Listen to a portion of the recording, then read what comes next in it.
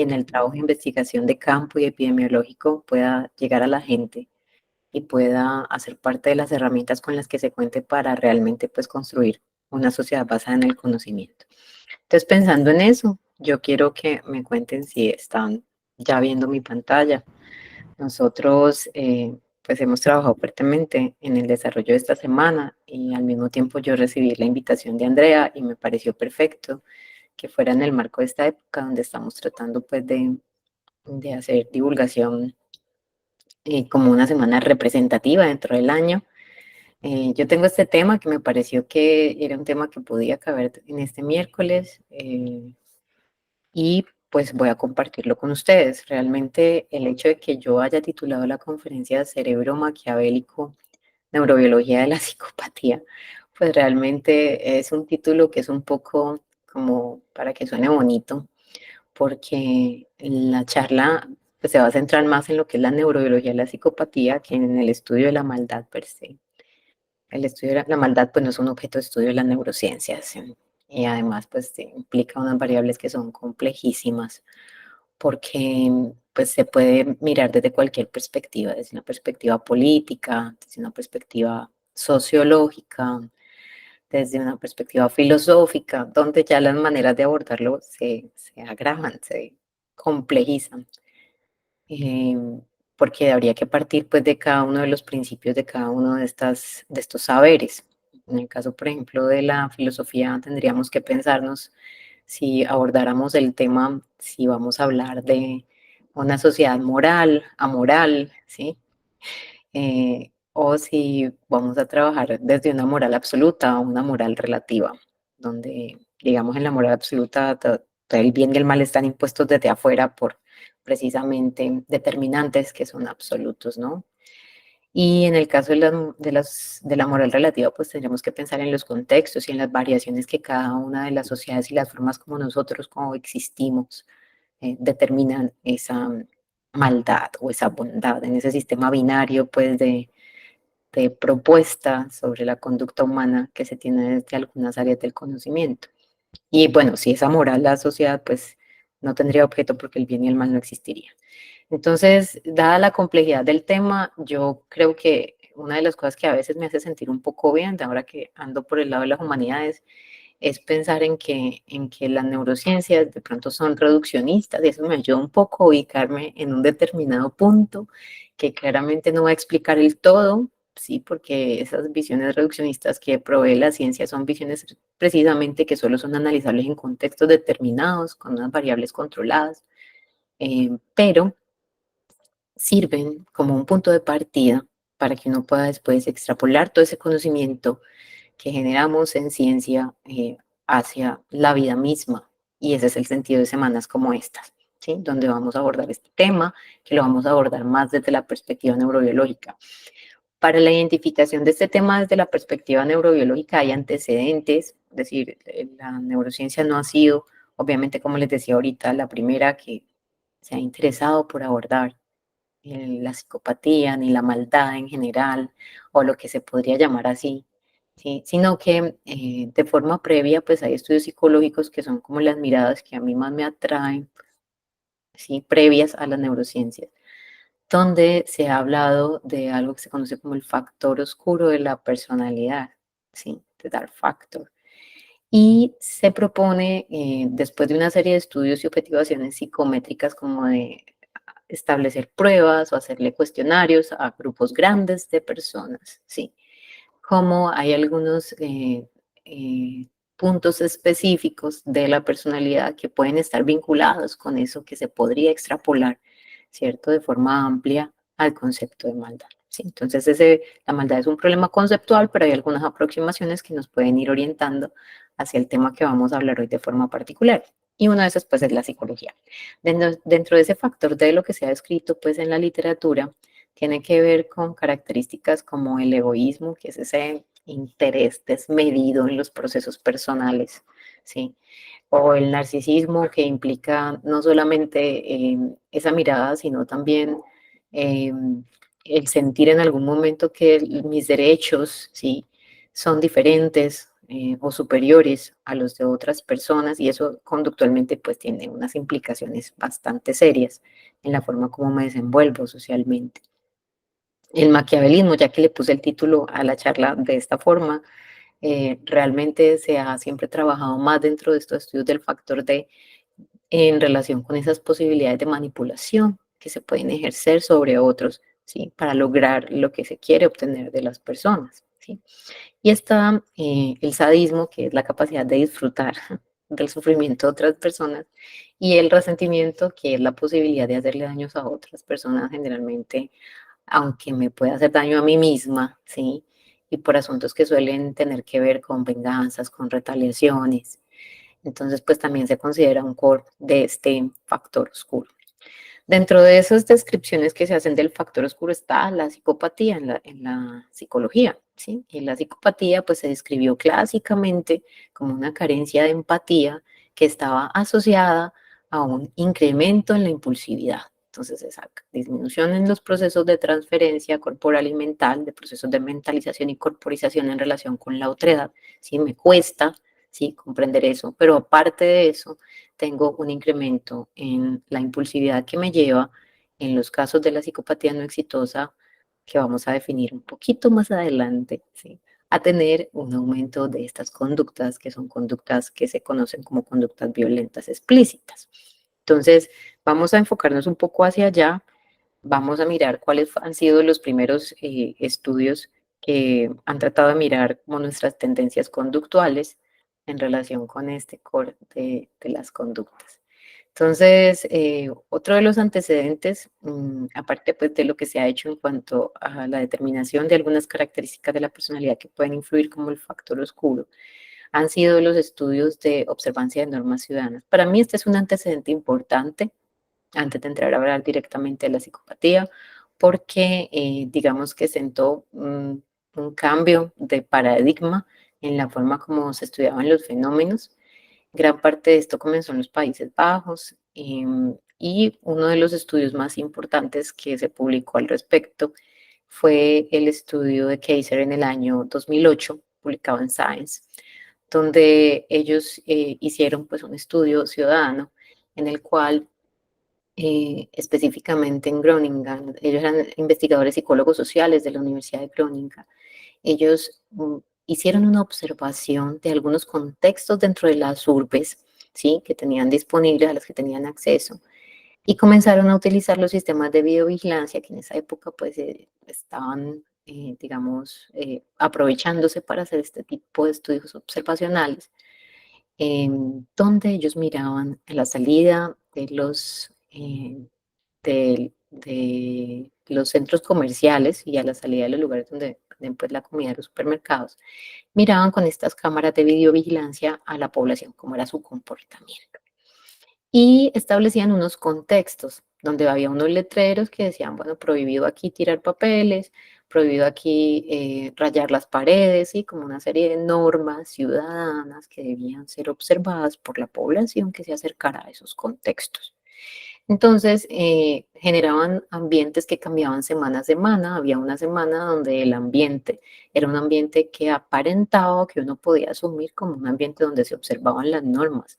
Las paredes estaban muy limpias, los volantes que se dejaban a propósito en la parte de afuera, sobre todo en el parqueadero de bicicletas de esos supermercados, se depositaban todos en la caneca de la basura, o sea que el ambiente estaba muy limpio, ¿sí?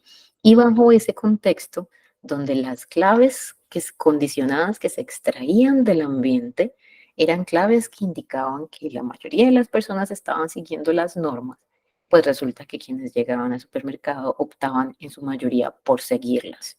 O sea que hay una especie de corregulación social que fue determinada a través de estos estudios, donde hay un porcentaje de la población que tiende a hacer lo que hace la mayoría, ¿sí?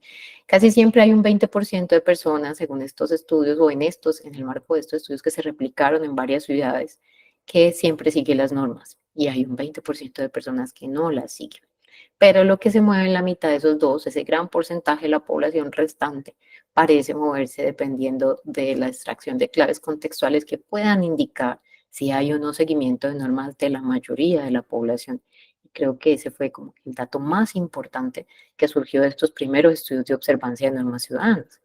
Cuando ellos cambiaban el contexto en esos parqueaderos, entonces lo ponían como un ambiente desordenado, tiraban los papeles o los volantes al piso, las paredes estaban rayadas, la gente llegaba y comenzaba a replicar de forma automática lo mismo, siempre conservándose ese 20% de personas que seguían las normas, a pesar del contexto, pero incrementándose, claro, el número de personas que no lo hacían. Entonces ha sido difícil pensar que en términos generales la capacidad pues de uno dedicarle ese tiempo, ese gasto energético a pensar en el bienestar colectivo por encima del bienestar común, a tener una observancia de normas a pesar de que uno sienta pues que no hay un seguimiento colectivo, va a ser algo que creo que es complicado y que los estudios iniciales que se hicieron de observancia de normas pues comenzaron a mostrar esto. Luego, creo que hay otro tipo de antecedentes, pues ya en relación con la parte individual, porque este enfoque era un enfoque muy de grupos, de sociedades, cómo nos comportamos en términos generales, pero ya en términos individuales, cómo llegamos a esos rasgos que hacían parte de ese factor oscuro, cómo podemos trasladar eso a condiciones específicas, ¿cierto?, en una persona. Y se comenzó a trabajar pues desde el core de la violencia, y particularmente pues porque la violencia también es un concepto pues complejo, se comenzó a trabajar desde la agresión, que es una manifestación ya explícita, ¿sí?, de la violencia. Entonces, desde ese punto de vista, se comenzaron a considerar en neurociencias dos tipos de parámetros, lo que era la violencia proactiva y la violencia reactiva, considerándose la violencia proactiva como aquella pues que es instrumental, que es planificada, que tiene un fin último, y la violencia reactiva como aquella que responde a una situación donde generalmente hay una defensa o hay una condición ambiental impuesta, una demanda del ambiente y yo estoy respondiendo a esa demanda, sin dejar de lado que la mayoría de las situaciones o de los contextos de violencia tienen componentes de ambas y que es difícil realmente separar la una de la otra como se ha intentado a través del reduccionismo científico, ¿sí? Pero considerando eso, digamos que la que más ha generado problemas y también la que más ha generado interés científico ha sido la violencia proactiva, ¿sí? En eso, pues, sociedades como las nuestras, que tienen unos tipos de violencia tan particulares, creo que todavía tenemos mucho por investigar. Creo que hay un problema grande por resolver. Estoy pensando sobre todo en nuestra ciudad también, donde creo que hay mucho de lo que voy a decir hoy de pronto no está en relación con las formas de violencia nuestras, que son formas de violencia que se distinguen de lo que vamos a hablar hoy, porque realmente hay una mezcla de las dos situaciones y hay unos determinantes sociales de esta violencia que son diferentes de pronto a lo que podemos ver en los países donde se ha estudiado el trastorno psicopático o antisocial de la personalidad, donde se ha estudiado lo que llamamos psicopatía, ¿sí? Y que tiene pues otras características y otra forma de surgir socialmente. Entonces nos vamos a centrar mucho en una violencia que se considera más de tipo proactiva, ¿sí?, que es la que está enmarcada dentro de este diagnóstico. Para la aclaración, para el público general, hay algunas pequeñas diferencias en lo que podemos considerar el trastorno psicopático y, o mejor dicho, la psicopatía y el trastorno antisocial de la personalidad, pero digamos que en términos del diagnóstico se acopla muy bien las características que voy a mencionar y por eso voy a traerles algunas definiciones extraídas del Manual de Diagnóstico de Enfermedades Mentales, el DSM-5. Em, y también voy a mezclar un poco con la prueba psicométrica que nos permite objetivizar, ¿sí?, este tipo de trastorno. O sea, cómo se llega a un diagnóstico, qué es lo que se hace en la clínica.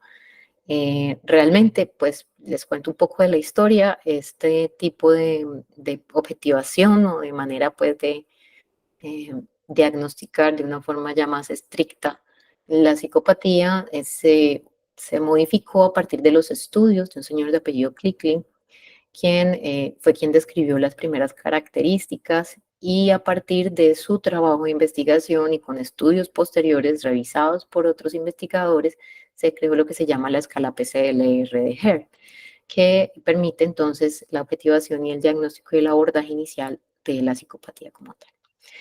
Para que sea más claro, pues voy a mencionar algunas de las características que se describen en esta escala.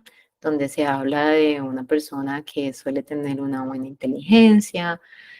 Uno se da cuenta con el tiempo que no realmente es una inteligencia puede ser excelsa, pero sí hay una capacidad buena, ¿sí? De hacer procesos lógico-argumentativos, un encanto superficial, donde hay un aparente interés por el otro, pero realmente es algo muy superficial.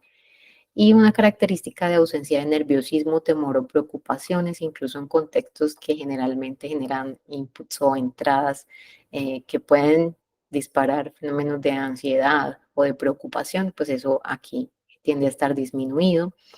No es una entidad donde haya alteraciones de la percepción. Tampoco hay creencias falsas que no sean compartidas pues por el grupo social.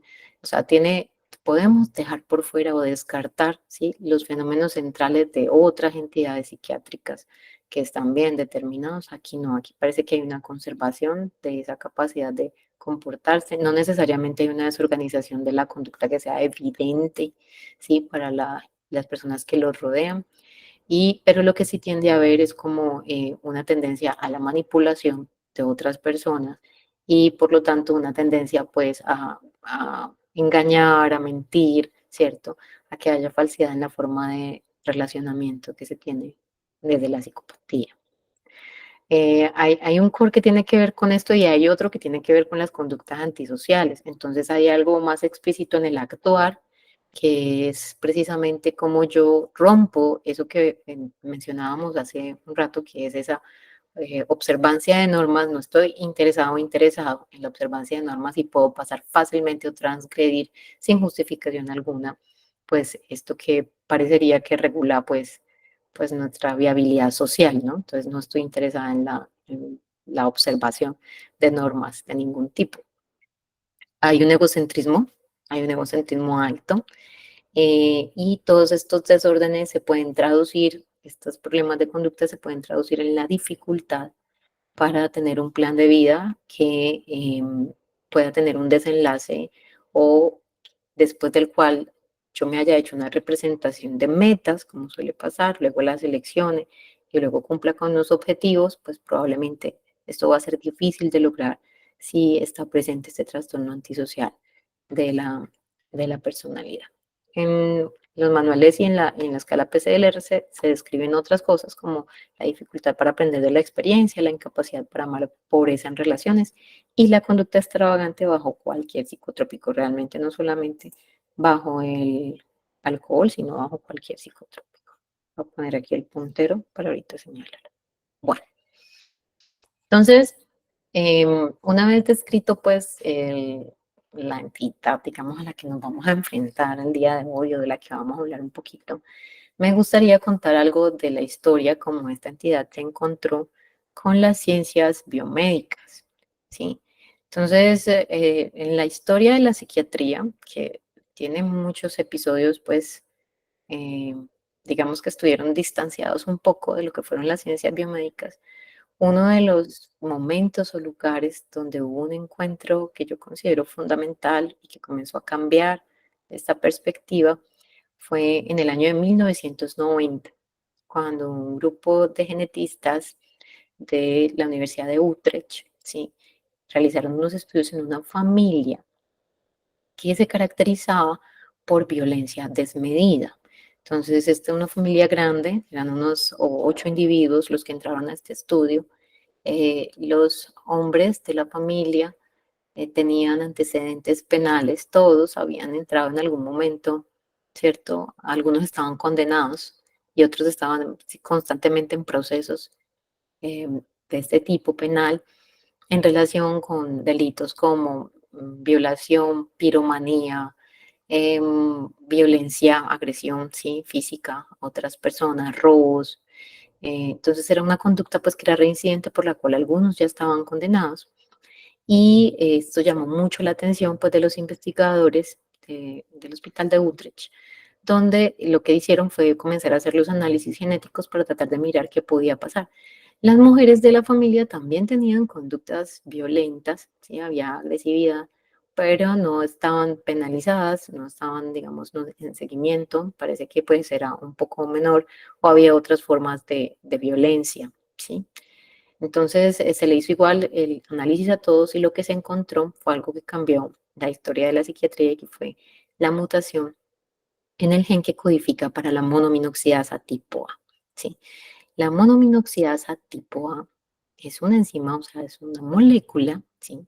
Que facilita la degradación de algunos mediadores químicos de nuestras señales nerviosas, de lo que llamamos sinapsis. Entonces, esta monoaminoxidasa tipo A permite la degradación de forma un poco más específica de dos sustancias. Una se llama serotonina y la otra se llama noradrenalina.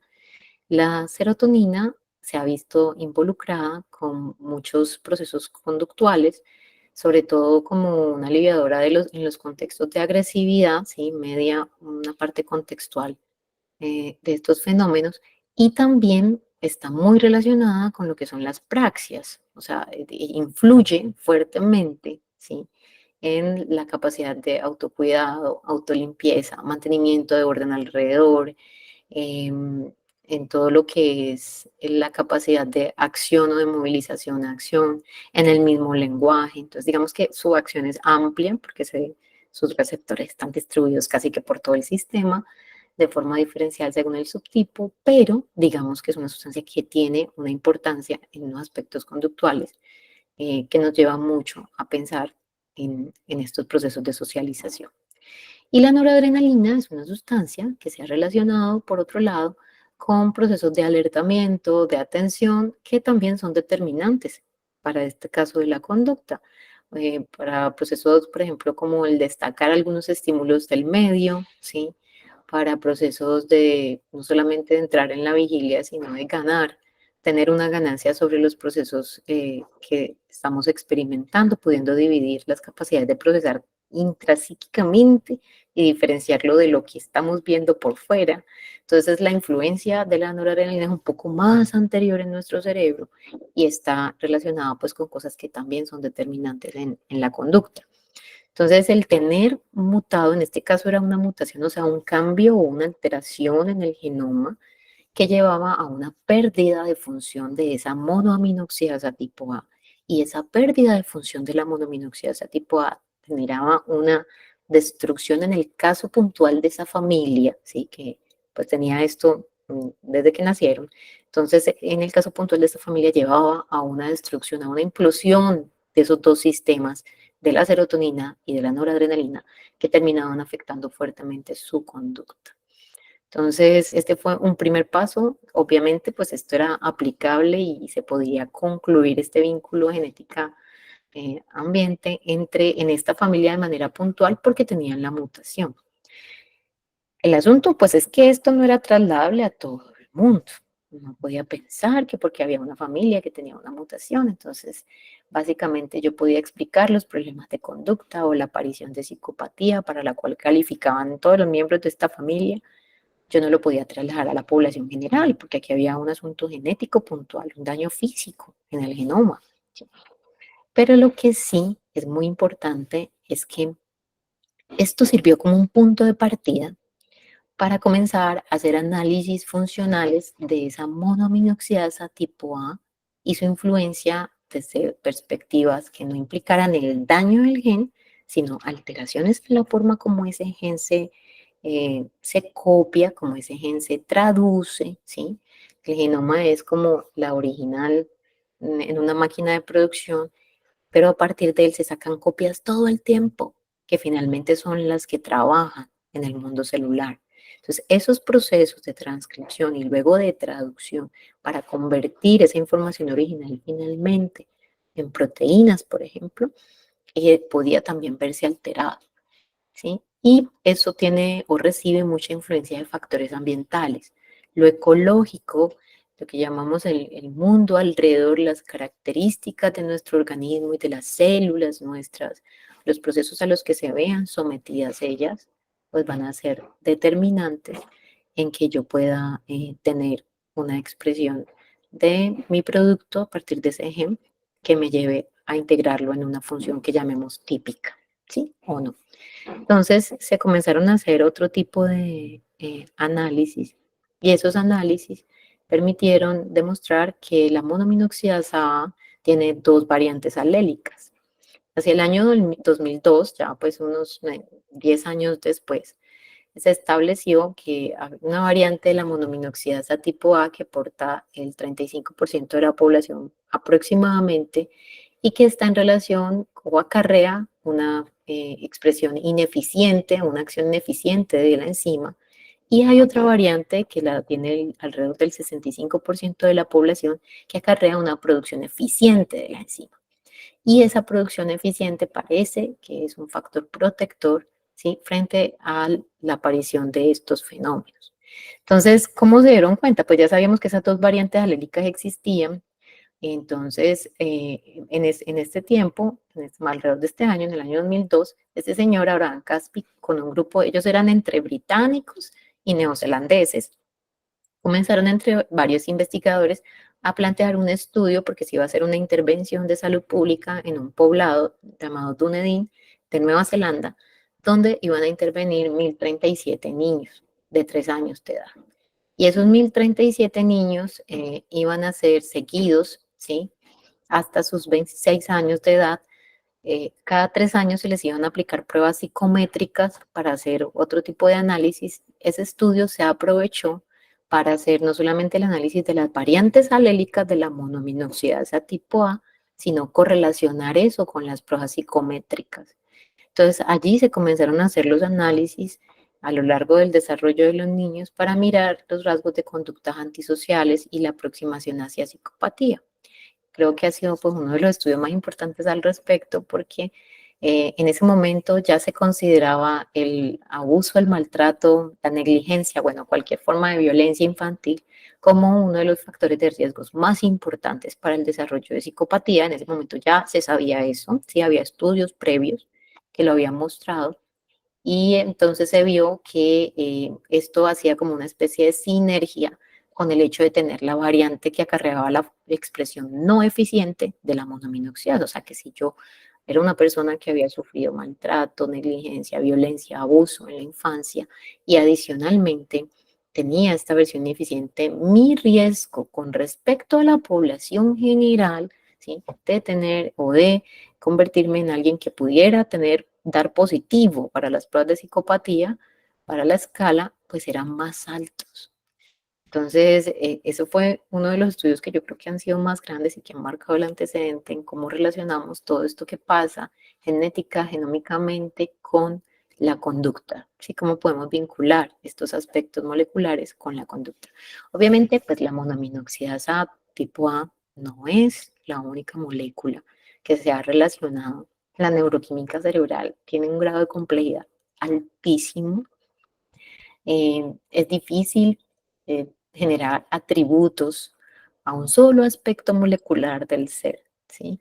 Pero, como les decía, como la ciencia es reduccionista, pues es importante ir ganando capacidad de entender las partes hasta que en algún momento, y el ir entendiendo esas partes nos permitan entender el todo.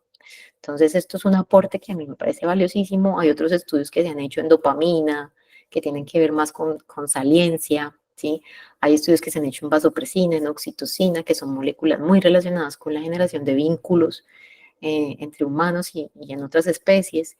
Y hay estudios que se han hecho con testosterona, que han tratado muchos de ellos, explicar por qué la mayor parte de los psicópatas en el mundo, o al menos los psicópatas no exitosos que están condenados y de los que tenemos datos, pues son hombres. Entonces hay cualquier cantidad, ¿sí?, de moléculas que se han visto involucradas, pero yo creo que los datos más contundentes están en relación con los estudios que se han hecho con la monoaminoxidasa tipo A. Bueno, quedó por ahí. Luego, pues la cosa se fue complicando después de esta historia de estos estudios y comenzó a aparecer, digamos, la neuroimagen. Con el boom de la neuroimagen, la historia de la psicopatía también fue cambiando. Surgió el interés de los cambios volumétricos, de los cambios pues sí en grosor, de las estructuras, del tamaño, sí, los cambios que llamamos volumétricos, donde se buscaba mirar entonces estas personas que ya estaban institucionalizadas, que estaban en la cárcel, que se consideraban psicópatas no exitosos por eso, porque su violencia o su core relacionado con la conducta antisocial era muy fuerte, sí, era predominante y ese incremento en impulsos agresivos hacía que casi siempre terminaran, ¿cierto?, en un reclusorio. ¿Por qué se le llama psicópata no exitoso? ¿Qué implica más bien el hecho de que uno defina psicopatía no exitosa? Implica que pues hay una psicopatía exitosa. Y lo que se plantea es que, aunque no tenemos muchos datos en neurociencia sobre psicopatía exitosa, sí se plantea que hay diferentes correlatos neurales, ¿sí? O bases que puedan sustentar conductas psicopáticas sin entrar tanto en el core de la impulsividad. Entonces, lo que llamamos psicópatas exitosos serían aquellas personas que, aunque tienen algunas características como la tendencia a manipular, el encanto superficial, la falta de reconocimiento de normas, más fácilmente pueden entrar en el maquiavelismo, como en la intención de manipular a otros para que sean otras personas quienes logren sus objetivos y no ellos directamente. Entonces, hay un mayor control de impulsos, ¿sí? Y eso sería como una diferencia fundamental entre lo que se llamaría psicopatía exitosa y no exitosa, la posibilidad de controlar impulsos, ¿sí? Donde ese controlar impulsos pues determinaría que no tengamos esa población básicamente en nuestros estudios porque pueden ser personas que están incorporadas socialmente, no sé, podrían encontrarse haciendo cualquier tipo de cosas, política, qué sé yo, se me ocurre así rápidamente, pero podría ser casi que cualquier tipo de persona, ¿sí? Mientras que el psicópata no exitoso sí se ha definido como este, pues que tiene este alto grado de impulsividad vinculado a su falta de empatía y donde se han hecho los estudios de neuroimagen que van a mostrar hallazgos pues que voy a compartir con ustedes. Entonces, los primeros hallazgos fueron los cambios que se notaron en estructura. Cuando se comenzaron a hacer los estudios de volumetría, se observaba cómo los lugares donde había más diferencias entre las personas consideradas neurotípicas y las personas que tenían puntuaciones altas en la escala PCLRG, estaban en algo que se conoce como la corteza orbitofrontal. La corteza orbitofrontal, pues hace parte de la corteza prefrontal, es un sector de nuestro cerebro que está localizado encima de la órbita de la cavidad donde va el ojo, allí, en esa partecita inferior del frontal, y que se ha relacionado, tiene un correlato neural muy fuerte con lo que conocemos como la cognición social. ¿Sí? La cognición social desde varias esferas, sobre todo desde la comprensión que hacemos de lo que es la moral, ¿cierto? El establecimiento de esas normas sociales de las que hablábamos ahora, el bien, el mal y la capacidad de regular nuestras conductas frente a esos condicionantes, el establecimiento de juicios basado, ¿sí?, en esos condicionantes, que estos son tareas pues que requieren una capacidad lógica y argumentativa alta, eh, son funciones, digamos, superiores, asociativas, de tercer orden, que reciben adicionalmente una influencia desde estructuras que manejan lo emocional o lo límbico, lo que son tareas un poco más instintivas y más antiguas filogenéticamente en el sistema para poder llevarse a cabo. ¿Eso qué quiere decir? Quiere decir que, claro, nosotros con todo este sector anterior del encéfalo realizamos tareas que generalmente sobrevaloramos o que tendemos a distorsionar un poco pensando en que estas tareas pues, se pueden traducir en lo que llamamos pues, el raciocinio o lo racional. Em, pero la forma como se conectan estas estructuras, que además son estructuras que nos diferencian de nuestros parientes vivos más cercanos, son estructuras de más reciente aparición filogenética, más tardías, ¿sí? Más características propiamente del humano. Entonces, la forma como estas estructuras se conectan con otros sectores más antiguos del sistema determina mucho la manera como funcionan. Entonces, hay una tendencia a pensar pues en una visión localizacionista del encéfalo como pues estas estructuras como sustratos de funciones cognitivas superiores, de funciones ejecutivas, de funciones que están muy alejadas de lo que podría considerarse la emoción, pero lo que nos muestran los estudios donde cada vez hablamos más de conectividad de las áreas, de cómo está hay una integración funcional, ¿sí? Y de conectividad no solamente anatómica, ¿sí?, sino de conectividad efectiva, o sea, de sincronización de áreas que van a traducirse o de las cuales van a salir tareas emergentes del sistema, ¿sí?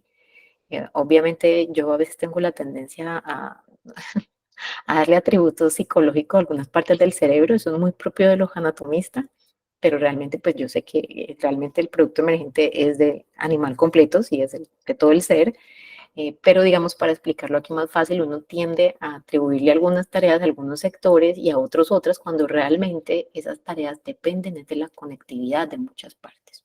Entonces, esta corteza orbitofrontal donde se han visto los cambios no está aislada, o sea que lo que yo extraiga de su disfunción no tiene que ver solamente con ella, tiene que ver con ella y con todo lo que ella conecta y con todas las tareas emergentes que puedan derivarse o asociarse o correlacionarse con esas conexiones, ¿sí? Y en ese sentido, gran parte de la conexión se hace con otras estructuras como corteza prefrontal medial, como el giro del círculo anterior, y como estructuras por debajo de esa corteza cerebral, por debajo de esa capa superficial de nuestros hemisferios, que son más viejas, ¿sí? Estructuras como la amígdala, con la cual establece una conexión muy fuerte para que podamos tener un puente que uno podría resumirlo en que la razón se debe nutrir de los afectos para que haya un procesamiento que sea un procesamiento típico. ¿Sí? Entonces, ¿cómo podemos pensarnos en que estos centros que están usualmente relacionados con estas tareas, que son tareas de procesamiento superior, reciben estos insumos y estas entradas y esta conectividad de sectores que clásicamente se han vinculado con el procesamiento emocional humano, ¿sí? Y con el análisis de riesgo, por ejemplo, en las situaciones o en los contextos, y cómo esas entradas, ¿sí? Desde lo que viene más desde la entrada visceral emocional pura, cómo eso está muy en relación con lo que procesamos en algunos aspectos, que son aspectos de lo que nosotros consideramos el raciocinio, que no existe realmente entonces de forma aislada, ¿sí? Y que si existe de forma aislada, pues realmente podríamos estar hablando de psicopatía. Y ya me voy a explicar mejor en ese sentido. Entonces, esta corteza se ha visto reducida en volumen casi que un 20%, ¿sí? Comparada con la de personas que están catalogadas como neurotípicas, personas que no tienen este tipo de alteraciones, y ese ha sido uno de los marcadores diferenciales entre el cerebro del psicópata no exitoso y de la persona neurotípica. El otro que les decía, que también se ha estudiado, es el cambio en una estructura que se llama la amígdala, que conecta esas cortezas de las que veníamos hablando, sobre todo esa corteza orbitofrontal. Hay una conexión muy fuerte entre la amígdala y la corteza orbitofrontal, que se establece por una vía física que se llama el fascículo uncinado y que voy a mencionar un poquito más adelante. Entonces, hay estudios que han mencionado cómo esta amígdala, la amígdala es un lugar de nuestro cerebro que está muy relacionado con la valencia emocional que yo le pongo al contexto, que también es un centro que gracias a todas las conexiones que tiene, que son múltiples y bidireccionales, puede facilitar o correlacionarse con el análisis de riesgos en un momento dado dentro de un contexto con carga emocional alta, ¿sí? Qué tan factible es que yo pueda analizar rápidamente el contexto y que yo pueda agregar una carga emocional que me ayude, ¿sí? A poner un peso, ¿sí? Emocional a la toma de la decisión que yo voy a hacer, ¿sí? Sobre si me arriesgo o no me arriesgo en un momento dado. Pero pues obviamente ya les expliqué que ella no funciona aislada, sino que ella está en relación con otras cortezas, sobre todo también con cortezas como las cortezas prefrontales, como la orbitofrontal, que va a tener conexiones con un sector de la amígdala que se llama amígdala basolateral.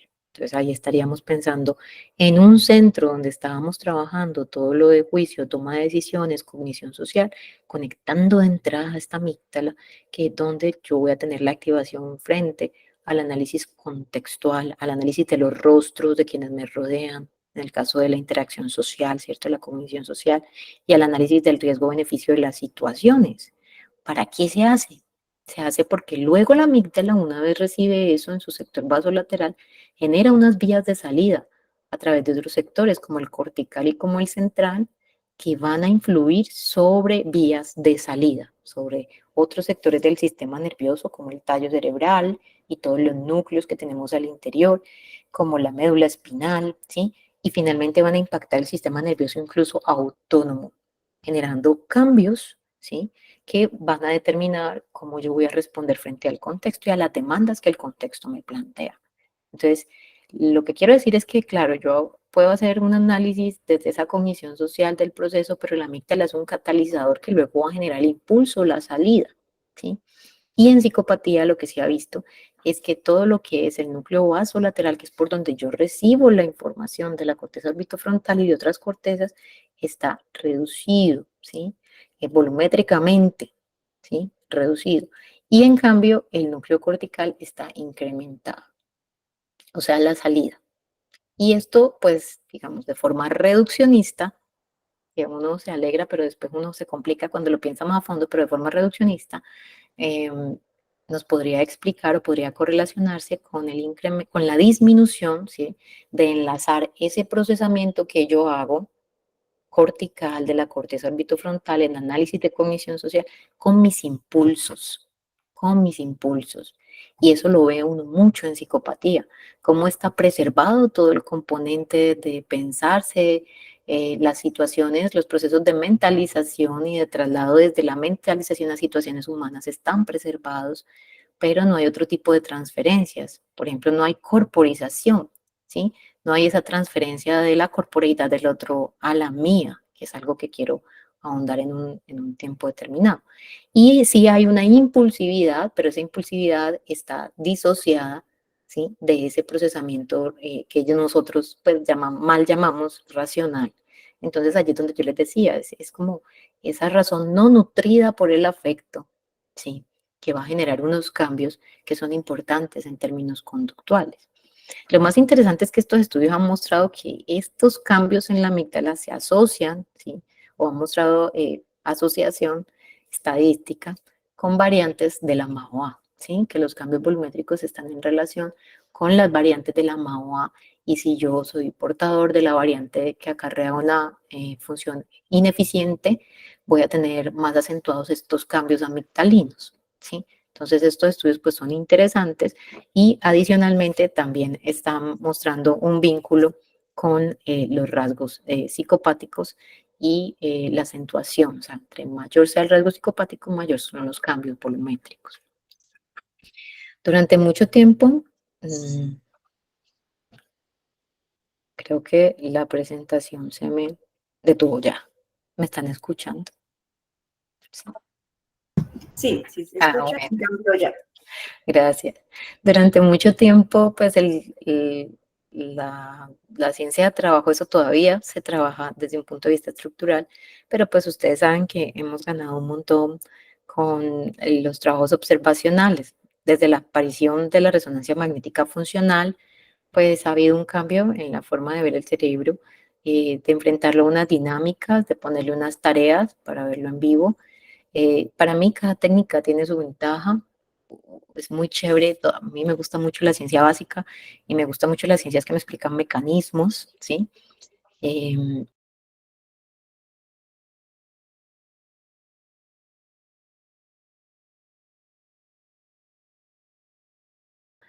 Así no me explique el mecanismo que está detrás de esa observación, yo estoy ya por fin en una época en que la ciencia puede ver el cerebro en vivo, ¿sí? Y que eso tiene sus implicaciones éticas, pero lo estamos haciendo. Entonces, cada vez hay más estudios donde se utilizan técnicas como la resonancia magnética funcional que permiten esta capacidad de observación sobre dinámicas cerebrales cuando yo le pongo a la persona unos paradigmas de procesamiento específicos, donde le pongo unas tareas que esa persona tiene que realizar y frente a las cuales voy a observar la activación de algunos sectores. De este tipo de técnicas también se desprenden el análisis de tractos, ¿sí? Entonces tenemos la imagen por tensor de difusión, la tractografía como tal, que me permite mirar si hay conservación o no de las conexiones entre sectores corticales específicos, entre sectores de esa corteza cerebral. Y estos estudios son los que yo creo que han arrojado datos más interesantes que apoyan mucho de lo que les he dicho hoy en relación con el cerebro del psicópata no exitoso. De los que a mí más me llaman la atención es los cambios que se han reportado en las diferentes revisiones sistemáticas y metaanálisis sobre una variable que se llama fracción de anisotropía, que uno la obtiene con esa resonancia magnética funcional en el cerebro de estos psicópatas que muestran que hay un desacople efectivamente entre esa corteza prefrontal que estudiamos ahora y las estructuras límbicas. Esto se ha visto en disminución de tractos específicos como estos tres que les estoy mostrando acá, el tracto inferior fronto-occipital, el tracto longitudinal inferior, que es larguísimo, y el tracto o fascículo uncinado, que era el que les mencionaba ahorita, que podía permitir la conexión entre esa corteza orbitofrontal y la amígdala, los sectores amigdalinos. Entonces, hay una especie de desacople o de dispersión de la conectividad, así donde se pierde la fuerza, la capacidad de la integración asociativa, que facilitan estos fascículos, ¿sí? Y es precisamente este el sustrato al que nos referíamos con esa falta de integración entre lo racional y lo emocional en el caso de la psicopatía no exitosa, donde puede haber un aumento de la salida y de la tendencia a ejecutar tareas, pero desacoplado totalmente o sin tener nada que ver o sin verse influenciado por un procesamiento de otro orden, de un orden asociativo en corteza prefrontal. Eso por un lado. Por el otro lado, también hay un fascículo que no está aquí dibujado, que se llama el fascículo del cíngulo, que también ha mostrado tener compromiso en estas personas, como una disminución, ¿sí? Volumétrica. Y eso se ha asociado con eh, una especie de apatía frente a los estímulos dolorosos. Una especie de apatía porque realmente no es una falta de experimentación del dolor, ¿sí? El dolor se experimenta, pero digamos que hay unos aspectos fenomenológicos que están vinculados al dolor que aquí parecen no influir en esa experiencia. El dolor no solamente genera dolor somático, sino que tiene una carga de sufrimiento vinculada y esa carga de sufrimiento está en relación con la función de algunas conexiones como las que genera este fascículo, que es el fascículo del cíngulo. Entonces, el compromiso de esta estructura se ha visto reflejado en esos cambios, en la forma como se experimenta el dolor, sin ese sufrimiento agregado y esa desvinculación o, digamos, despersonalización de la vivencia dolorosa en relación con el peligro que significa, con la potencial, el daño potencial de compromiso total de mi vida que puede representar, como es un sistema de alerta diseñado para que yo efectivamente experimente que algo muy malo me puede suceder, ¿sí? Y tenga pues una conducta protectora en relación con ese dolor que estoy experimentando. Entonces, ese es el otro fenómeno que se ha visto. Y por último, pues el desacople autonómico que está en relación con ese compromiso, sobre todo del fascículo uncinado, donde esas entradas que les mostraba yo a la amígdala claramente están comprometidas. Yo puedo tener mi capacidad racional totalmente conservada, hacer mis ejercicios de lógica de argumentación, de mentalización, hacerme una lista de cómo puede ser la vida de la persona, ¿cierto? Desde el proceso, de hecho, la teoría de la mente está conservada, o sea, esa capacidad de distinguir el producto de mi pensamiento del pensamiento de los otros está totalmente conservada en psicopatía, pero tengo un desacople con la experimentación física y con los procesos de corporización y con el paso de esto hacia la impulsividad, ¿sí? Entonces, ahí, pues esa disociación es la que genera la mayor serie de problemas. Para que de pronto me entiendan un poquito, les voy a dar un ejemplo muy famoso en la historia. Y es que dentro de las personas que son diagnosticadas con psicopatía, muchos han sido asesinos múltiples, ¿sí? Y la mayoría de los estudios que se han reportado, pues muchos estudios son europeos y norteamericanos realmente, pues muestran este tipo de perfiles o se han hecho con este tipo de personas. Entonces hay un caso muy famoso de un extremista noruego, se llama Anders Breivik, y Anders Breivik en el año 2011, ¿sí? Asesinó 77 personas en la reunión de un partido de izquierda en su país. Venía preparándose para hacerlo con un año de anticipación, entrenaba jugando videojuegos para tratar de optimizar el número de personas que lograba matar y simplemente cuando ya lo ejecutó se desplazó hasta el lugar, logró su objetivo. Cuando llegó la policía, él se entregó sin oponer ningún tipo de resistencia. Se le hicieron todos los análisis, él no tenía ningún tipo de enfermedad, otro diagnóstico diferente. Lo que se consideró es que tenía un trastorno antisocial de la personalidad y también un trastorno de personalidad límite. Y pues se vio que realmente ese era un caso específico donde él tenía una justificación pues muy clara para él del por qué hacerlo y cómo conservar los principios nacionales a través de un acto como este que consideraba incluso un acto heroico, ¿sí? Y bueno, y finalmente pues lo que hizo fue esto, esta disociación sin cambios casi que ni autonómicos, que es lo que yo les mencionaba ahorita, puede que no haya, me explico, uno cuando va o está expuesto a un contexto o un ambiente que implica un riesgo máximo, gracias a estos acoples que realizan estas conexiones, uno tiene una carga emocional que se traduce en las vísceras y en los músculos. Y esa carga emocional que se traduce en las vísceras y en los músculos se da por esa conexión que permite la amígdala entre ese procesamiento tan racional por acá con este cuerpo físico, ¿sí?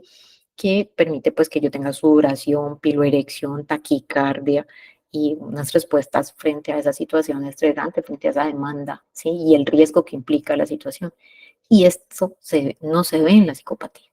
Se ve un grado de precisión tal que realmente pues está muy desvinculado ese procesamiento autonómico como indicador pues del riesgo disminuye.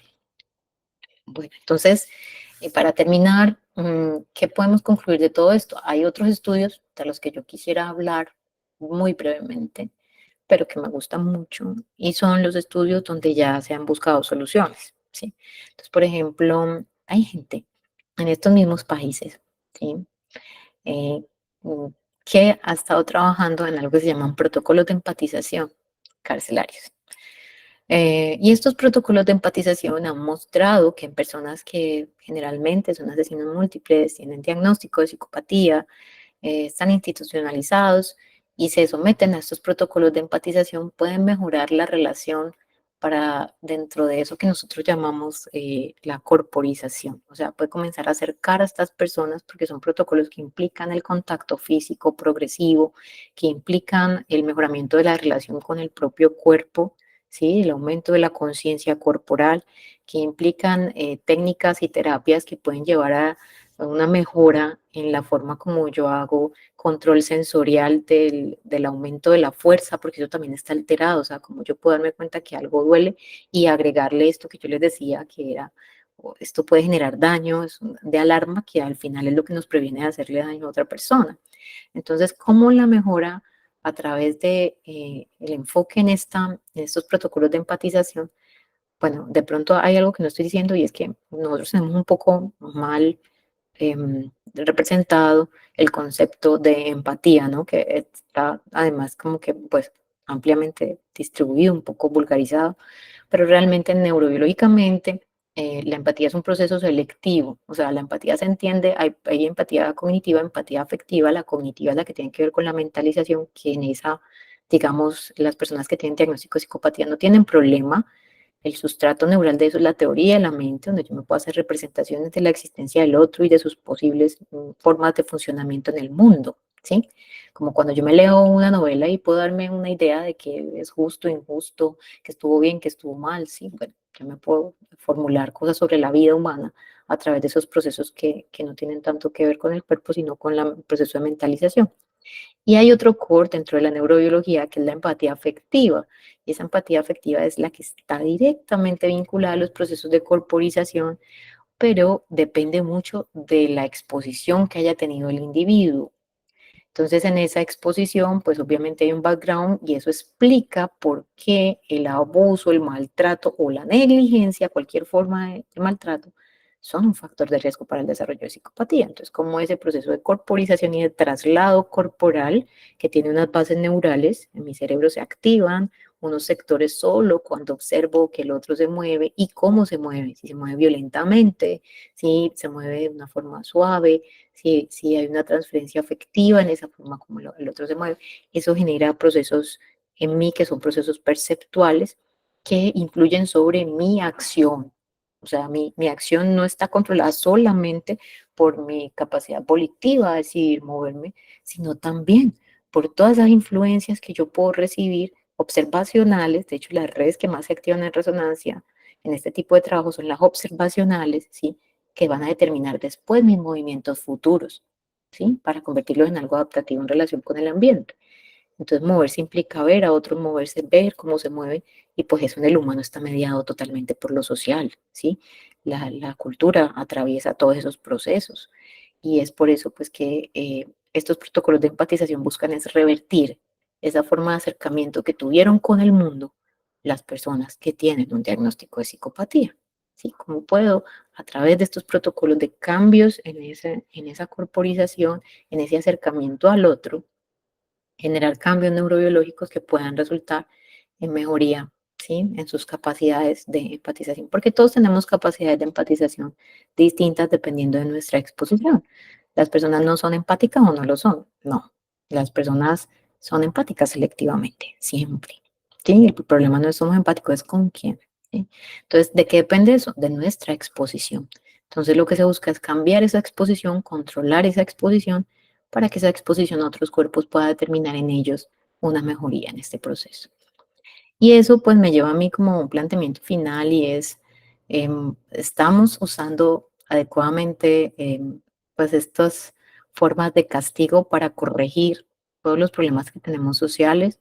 Estamos enseñando con violencia a través de nuestros sistemas penales, con aislamiento, con condena, a no ejercer violencia, aislamiento y condena.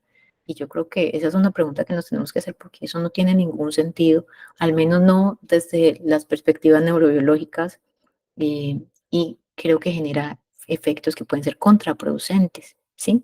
Contraproducentes. Y creo que pues ya estamos en un momento en que la ciencia nos ha arrojado diferentes resultados que deberíamos considerar para la construcción y el aporte a la definición de procesos de rehabilitación, a la definición de políticas que tengan que ver con este tipo de legislación, ¿no? Sobre todo la penitenciaria.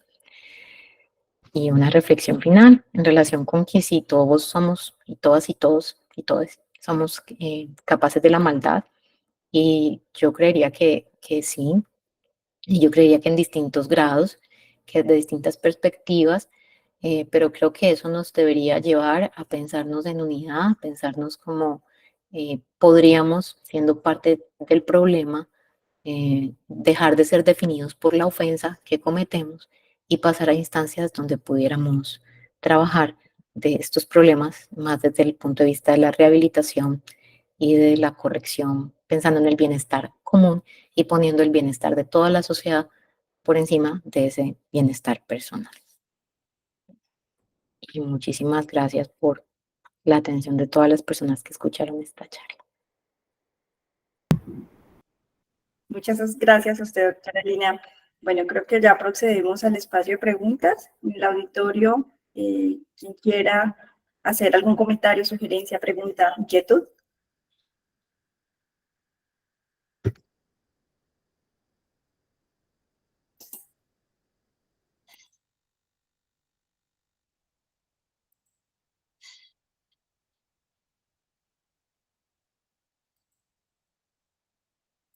Bueno, tenemos un auditorio muy silencioso hoy. Ah, bueno, ya levantaron por aquí la mano el doctor Eduardo Castillo Delgado. ¿Cómo está?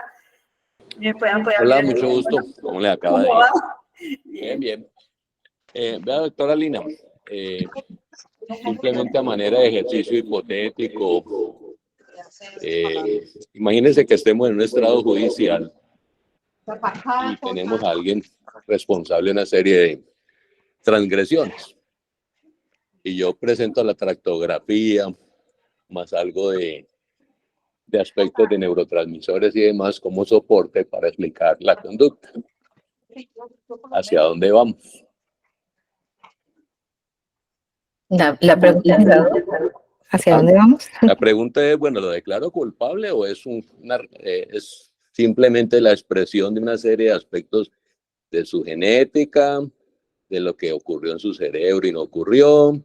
Sé que cuenta lo epigenético también, pero bueno, fíjese que nos plantea un cuestionamiento interesante. No sé qué piensa alrededor de eso. Sí, Doc. Mire que yo lo que pienso es que realmente la cultura atraviesa la biología, siempre. Qué pena, Lina, ¿estás haciendo? No sé si pasa algo. Ya. No, es porque como él está escuchando, pero ya el Doc cerró el micrófono. Ah, ok. Pero es eso lo que yo creo con